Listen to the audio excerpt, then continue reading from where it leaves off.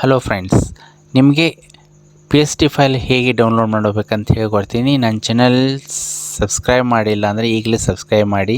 ಮತ್ತು ಯಾರು ಹೊಸ ಚಾನಲ್ ನಾನು ನೋಡ್ತಿರ್ತೀರಿ ಅವರು ನೀವು ಬೆಲ್ ಬಟನ್ ಒತ್ತಿದ್ರಪ್ಪ ಅಂದರೆ ನಿಮಗೆ ಹೊಸ ನಾನು ವಿಡಿಯೋಗಳು ಬಿಟ್ರಪ್ಪ ಅಂದರೆ ನಿಮಗೆ ನೋಟಿಫಿಕೇಷನ್ ಬರ್ತಾವೆ. ನೀವು ಆ ವಿಡಿಯೋಗಳನ್ನು ನೋಡ್ಬೋದು. ಸಾಕಷ್ಟು ವಿಡಿಯೋಗಳು ಕೆಳಗಡೆ ಹಾಕಿದ್ದೀನಿ. ಡಿಸೈನ್ಸ್ ಇದಾವೆ 1230, 1236 ಮತ್ತು 6x8. ಆಮ್ಯಾಗ border clip art, mask clip art, ಬೇರೆ ಬೇರೆ ಥರ ಪಿ ಎಸ್ ಟಿ ಫೈಲೇ ಇದಾವೆ. ಈ ವಿಡಿಯೋದಲ್ಲಿ ನಾನು ನಿಮಗೆ ಪೂರ್ತಿಯಾಗಿ ಜೆ ಪಿ ಜಿ ಮಾಡಿ ತೋರಿಸಿದ್ದೀನಿ. ಇದು ಒಳಗೆ ಜೆ ಪಿ ಜಿ ಇರಲ್ಲ, ಪಿ ಎಸ್ ಟಿ ಫೈಲನ್ನು ನಾನು ಅಪ್ಲೋಡ್ ಮಾಡಿರ್ತೀನಿ.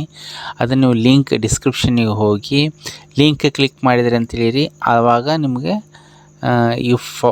ಅಂದರೆ 1 GB ಅಷ್ಟೇ ಹಾಕಿರ್ತೀನಿ, ಯಾಕಂದ್ರೆ ನೀವು ಡೌನ್ಲೋಡ್ ಮಾಡ್ಕೊಳಕ್ಕೆ ಅನುಕೂಲ ಆಗಲಿ ಅಂತೇಳಿ.